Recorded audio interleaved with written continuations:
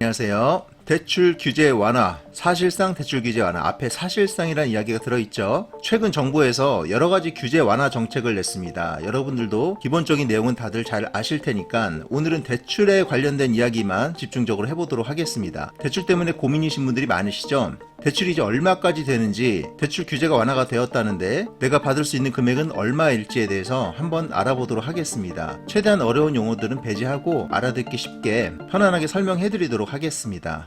아젠다가 이겁니다. 사실상 대출 규제가 완화된 겁니다. 직접적인 대출 규제를 완화시켜준 게 아니에요. 직접적인 규제는 뭐 15억 이상 대출 금지를 풀어준 거, 이거 하나 정도 있겠죠? 근데 이게 중요한 게 아니고 투기지역 등을 해제하면서 사실상 대출 규제가 완화가 되는 부분들이 생겼어요. 이런 부분들을 한번 알아보도록 하겠습니다. 표를 한번 보도록 하겠습니다. 대출 규제가 있던 지역이었습니다. 조정 대상 지역. 무주택자 기준으로 봤을 때 60%, 이게 규제 해제 후에 70%로 바뀌었습니다. LTV가 완화가 됐죠. 9억 이하였는데 이 부분이 조정이 됐습니다. 양도세 같은 경우도 1주택일 경우, 이건 1주택밖에 없죠. 무주택은 양도세가 없으니까. 원래는 2년 동안 보유를 하고 2년을 거주를 했어야 했습니다. 그러니까 2년 동안 자기가 거기서 살았어야지 양도세가 비과세가 됐던 건데, 규제가 해제가 된 후에는 2년을 보유만 해도 비과세 요건이 충족이 됩니다. 예를 들어서 내가 주택을 하나 구매를 해서 다른 집에 전세를 살고 이 집을 전세를 줬을 때의 얘기입니다. 저는 거기 살진 않았지만 2년 동안 갖고 있으면은 이 집을 나중에 팔 때 비과세로 팔 수가 있게 되는 겁니다. 자, 취득세도 한번 보도록 하겠습니다. 취득세도 완화가 좀 이루어졌는데요. 2주택이었을 경우에는 조정 대상 지역 같은 경우 8% 취득세를 부과했었는데, 규제가 해제가 된 후에는 1에서 3%의 취득세만 부과가 됩니다. 3주택자 같은 경우는 12%에서 8%로 줄었는데, 이거는 8%도 좀 과하다 싶은 생각이 좀 있네요. 아마 이 부분 때문에 움직이시는 분들은 그렇게 많지 않을 거라고 생각이 되는데, 2주택자 같은 경우는 굉장히 혜택이 커졌죠. 8에서 1 정도로 바뀌는 거니까. 보유세도 한번 보도록 하겠습니다. 보유세가 완화가 됐는데 2주택자 같은 경우 1.2%에서 6%의 보유세를 부과하시던 분들이 0.6에서 3%로 인하가 되었습니다. 그리고 종부세 같은 경우도 혜택이 많아졌죠. 종부세는 추가적으로 완화를 한다고 하는데, 이런 부분들과 시너지를 내면은 작년에 냈던 금액보다는 확실히 많이 줄어들 것 같네요. 일단 간단하게 이번 규제 해제에 대해서 알아봤고요. 집을 사는 것에 있어서 가장 중요한 게 대출이잖아요. 대출에 대한 용어, LTV, DTI, DSR 이런 부분에 대해서 간단하게 설명을 좀 해드리도록 하겠습니다. 일단 LTV 같은 경우는 주택담보대출 비율이라고 합니다. 말 그대로 집을 담보로 얼마까지 대출이 가능한지 그 비율을 나타내는 것입니다. 예를 들어서 10억 원짜리 집을 살 때 LTV 상한이 50%라면 5억을 빌릴 수 있다는 얘기입니다. 간단하죠? 집값이 얼마냐가 중요한 부분인 거예요, 이거는. 자, 어렵게 설명 안 하고 간단하게 최대한 쉽게 설명해 드리는 거예요. 자, DTI, 종부채 상환 비율, 연소득 대비 주택담보대출 원리금 상환액과 기타 대출이자 상환액의 비율을 의미합니다. DSR과 비슷한 개념이지만 기타 대출의 경우 연간 상환액의 원금을 제외하고 이자 상환액만 포함해서 계산을 합니다. 자, 제일 중요한 거죠. DSR 많이 들어보셨죠? 종부채 원리금 상환 비율입니다. DTI와 조금 다른 점은 주택만이 아닌 개인의 전체 부채를 계산을 하는 겁니다. 그러니까 소득을 연계해서 대출금 비율을 계산을 하게 되는 겁니다. DSR 안 풀면 아무 의미가 없는데 자꾸 다른 것만 조정을 하고 있죠. 일부러 그러는 걸까, 몰라서 그러는 걸까, 저도 궁금한데 아예 모르지는 않는 것 같은데 계속 이것만 빼고 다른 것을 조정을 하고 있습니다. 이건 물건이 얼마인가가 중요한 게 아니고 본인 소득이 얼마인지가 중요한 부분이에요.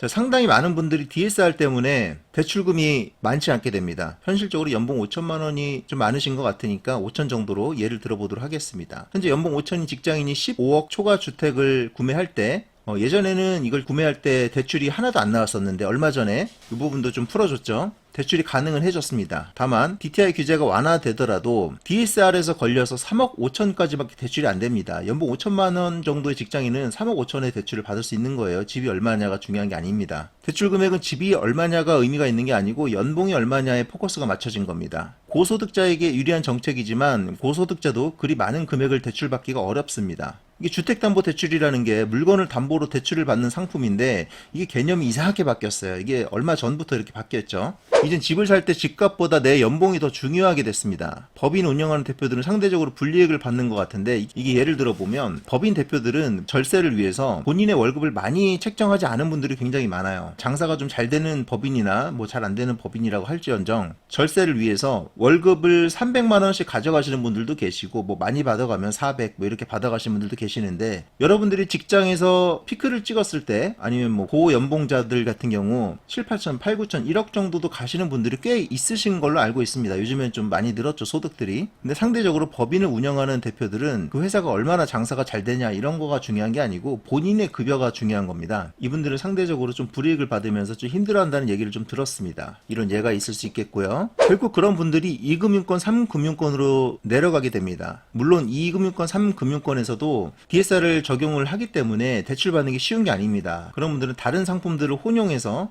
대출금을 좀 늘리려고 많이들 시도를 하고 계신 걸로 알고 있어요. DTI 규제를 완화할 이유가 전혀 없습니다. 현실적으로. 어차피 DSR에서 만나기 때문에 예전에 당구 같은 거 혹시 치시는 분들이 뭐 이걸 아실까 모르겠는데 알다 말을 아무리 누가 먼저 빼건 잘 빼건 의미가 없는 게 어차피 쿠션에서 만나는 거거든요. 그렇잖아요. 쿠션 잘 빼는 사람이 이기는 거였었어요. 당구 같은 경우. 이것도 마찬가지입니다. 어차피 DSR에서 만나기 때문에 DTI 규제를 아무리 완화를 해도 의미가 없는 상태입니다. 현재 그렇죠. 자, 지금 오늘자 뉴스를 한번 보도록 하겠습니다. DSR을 검색을 해봤는데 정부는 DSR 규제를 안 풀려고 지금 이렇게 떠보는 기사들을 좀 흘리는 것 같습니다. DSR 규제를 풀 생각이 없는 거예요. 많이들 좀 풀어달라고 얘기를 하시는 것 같은데 정부에서는 DSR은 안 된다. 딴 건 다 푸는데 DSR 안 된다라고 하는 입장인 것 같아요. 근데 DSR 안 풀면은 무슨 의미가 있습니까? 대출을 받을 수가 없는데. 우리 일반적인 사람들이 연봉 2억, 3억, 4억씩 되는 게 아니지 않습니까? 집값이 아무리 내려갔다고 하더라도 집은 비싼 거고 대출은 많이 받아야 되는데 대출 없이 현금으로 살 수 있는 건 아니죠. 아무리 내려가도. 결국 대출을 받아야 되는데 DSR을 안 풀면은 대출을 받을 수가 없습니다. 여러 가지 이유로 연착륙을 원하는 것 같은데 정부에서는 이 부분을 인지를 못하고 있는 것 같습니다. 이 규제를 푸는 시점이 제가 볼 땐 반등의 시발점이라고 봅니다. 이건 그냥 개인적인 생각인데 결국 DSR을 풀긴 풀 것 같아요. 근데 아예 없애는 게 아니고 숫자를 좀 조정을 할 것 같습니다. 그러니까 뭐 3억 5천 대출 받을 수 있는 분들은 뭐 4억 받고 5억 이 정도로 받는 선으로 완화가 될 것 같은데 이게 또 얼마나 효과가 있을지 모르겠어요. DSR이 없던 시절이랑 이거를 약간이라도 제한을 주고 규제를 완화해주는 이런 시점이랑 그래도 차이가 있을 텐데 아무튼 DSR을 풀지 않으면 연착륙은 불가능합니다. 너무 기본적이잖아요. 살 수가 없으니까. 결국 이겁니다. 대출 규제는 완화했는데 실질적인 효과는 전혀 없다는 거예요. 정부에서 DSR 규제를 완화 혹은 해제를 한다는 뉴스를 기다리고 있어야 될 것 같습니다. 자, 다음 주제는 대출이 어려운 분들에 대한 현실적인 대안을 좀 얘기를 해드리려고 해요. 뭐 규제가 있다고 해서 당장 잔금을 하거나 필요한 돈을 마련을 하실 분들은 그래도 어떻게든 돈을 마련을 하긴 하시거든요. 주위에서도 보면은 어떻게 해서든 다양한 상품들을 가지고 대출을 일으키는 것 같습니다. 그래도 하늘이 무너져도 솟아날 구멍은 있다고 다음번에는 이 내용을 가지고 한번 이야기를 해보도록 하겠습니다. 주로 대출 때문에 고민하시는 분들은 어떤 분들이냐면 뭐 현재 집을 사고 싶은데 대출이 안 나와서 집을 못 산다 그래서 괴롭다 이런 분들이 아니에요. 고민하시는 대부분들은 잔금을 해야 되는데 그 잔금 대출이 어려운 분들입니다. 그러니까 계약금을 넣어놓고 잔금을 한 시점에 중도금 대출을 상환하고 잔금 대출로 전환을 해야 되는데 이 잔금 대출이 진행이 안 되는 겁니다. 이런 분들이 앞으로 굉장히 많이 나올 텐데 제도적으로 좀 보완을 해서 이런 분들의 불편함을 해소를 해줄 수 있기를 기다려 보겠습니다. 오늘은 여기까지 하겠습니다. 다음 영상에서 뵙겠습니다. 감사합니다.